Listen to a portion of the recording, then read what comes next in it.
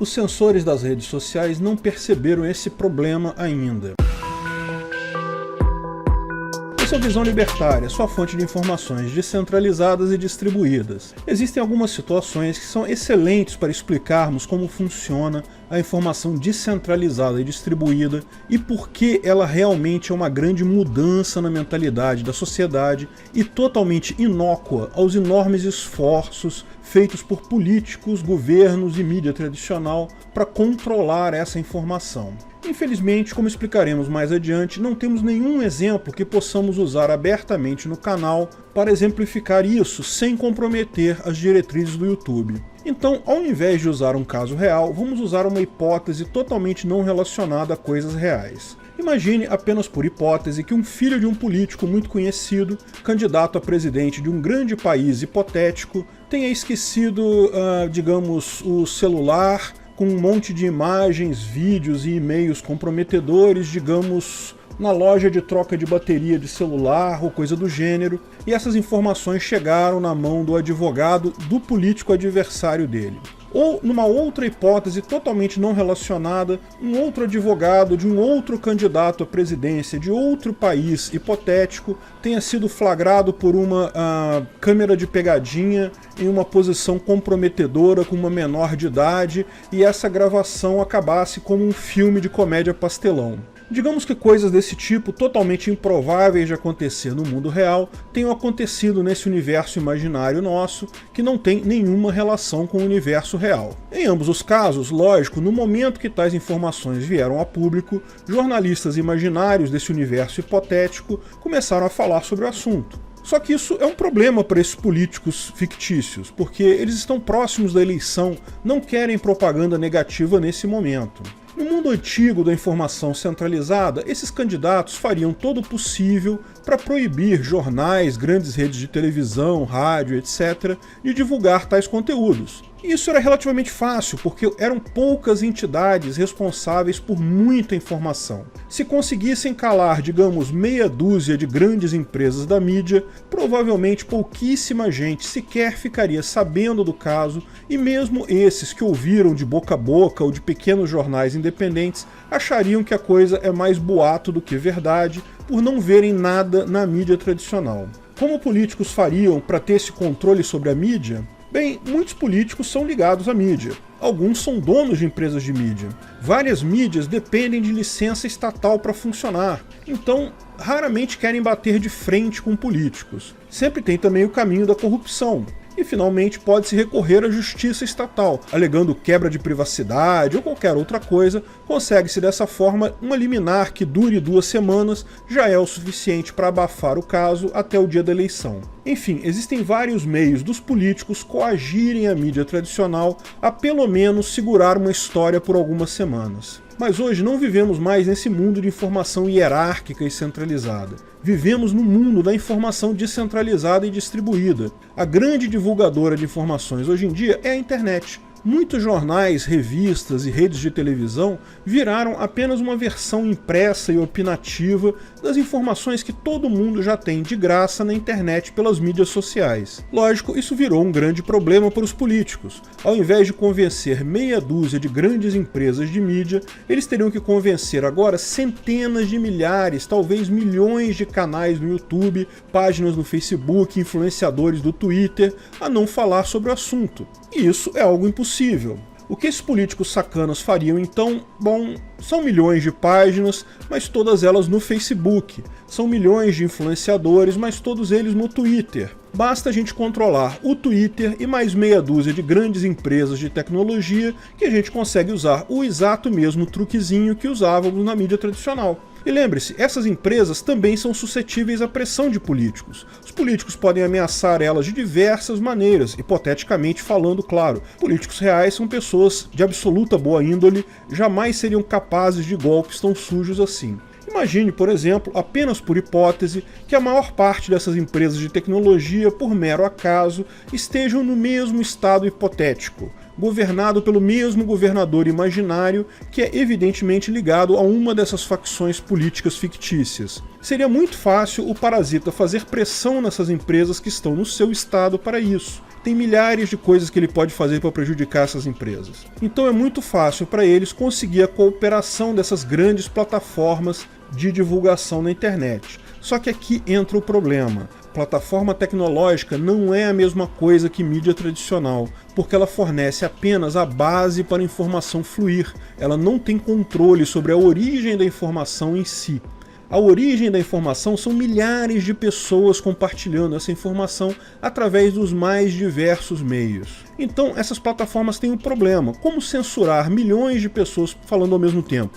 Bem, eles tentam o que podem, mecanismos automatizados, bloqueio de link, palavras-chave, isso eles conseguem fazer relativamente rápido. Mas isso é facilmente contornado usando-se apelidos, links alternativos, evitando-se certas palavras. Digamos que num outro país fictício desse nosso universo imaginário, por exemplo, pode haver um grande governo comunista que usa até firewalls para impedir qualquer pessoa de criticar o líder supremo hipotético deles. Sabe o que essas pessoas hipoteticamente fariam? Inventariam apelidos para o supremo líder fictício, para assim poder criticá-lo. Toda semana inventariam apelidos novos, de forma que os censores estão sempre alguns dias atrás e todo mundo continua criticando o cara do mesmo jeito. Ah, mas eles podem usar um outro truque: vigiar de perto os grandes canais, as grandes páginas do Facebook, os grandes influenciadores do Twitter e aplicar punições rigorosas. Se calar, digamos, as 10 mil maiores páginas do Facebook, eles imaginam, ninguém mais vai saber do assunto ou vai achar que é um mero boato, tal como era quando eles calavam as 6 grandes empresas de mídia no passado.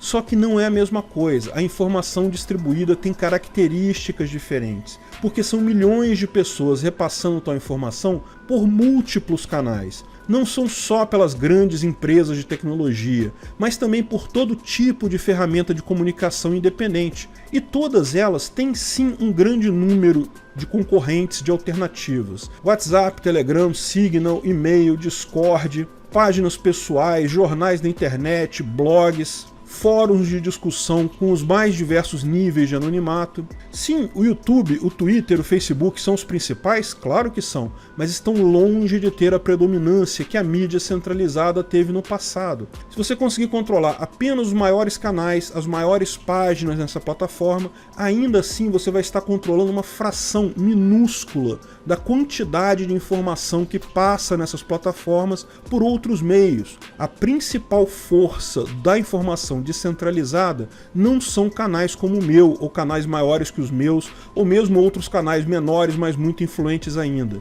A grande força são os pequenos canais, são as pessoas falando diretamente umas com as outras. O resultado disso é claro: nesse universo paralelo fictício, absolutamente todo mundo na internet já teria visto o advogado hipotético do suposto candidato imaginário arrumando a cueca na frente da menina. Não importa quanta força foi feita para censurar ou ocultar isso. Todas as pessoas já teriam visto todos os vídeos com teor pornográfico ou não, já teriam lido todas as mensagens, visto todas as fotos do filho hipotético do outro candidato fictício, mesmo que todas as grandes empresas de tecnologia proíbam isso, mesmo que nenhum canal fale sobre isso. Todo mundo já recebeu o link de alguma forma, todo mundo sabe como usar ferramentas de busca. Eu tenho certeza que um eventual ouvinte imaginário meu, caso eu tivesse um canal hipotético nesse universo fictício, esse meu ouvinte já teria visto todas as informações em menos de 12 horas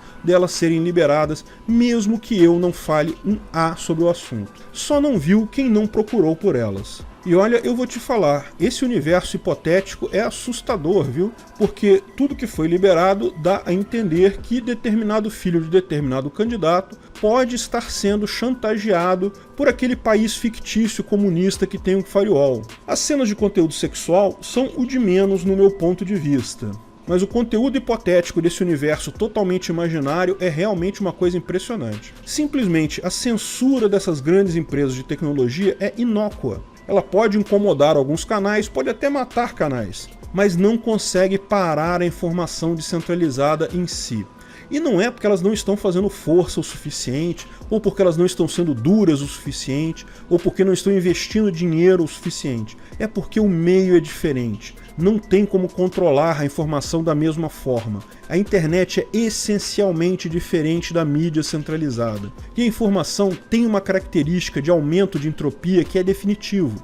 É uma caixa de Pandora às avessas. Depois que saiu da caixa o poder da informação descentralizada, não tem como botar de volta lá. Políticos podem chorar porque nunca mais eles vão ter essa capacidade. E da mesma forma que a Igreja Católica teve que mudar radicalmente depois do advento da imprensa, quando as pessoas puderam ler a Bíblia elas mesmas diretamente e assim parar de adquirir qualquer informação exclusivamente através de padres, os estados, governos e políticos também vão ter que rebolar muito daqui para frente, agora que as pessoas conseguem ter informações independentemente da influência deles. Eles podem chiar de fake news, podem chamar de discurso de ódio, podem inventar o nome que eles acharem melhor para essa informação que os políticos não querem que você veja. O fato é, essa informação vai vencer os políticos. No final das contas, só se submetem os estados às pessoas que são convencidas a fazer isso, convencidas de que o Estado é uma coisa boa. Seria impossível, simplesmente economicamente inviável, um Estado que garantisse o seu poder à obediência exclusivamente pela força. Convencimento é o que faz a diferença. A questão é que é sempre muito mais fácil convencer alguém de qualquer coisa se você controla toda a informação que essa pessoa recebe. Essa alternativa fácil acabou. A sociedade de leis privadas em que as pessoas compram o Estado que quiserem num livre mercado é o melhor para todos nós agora.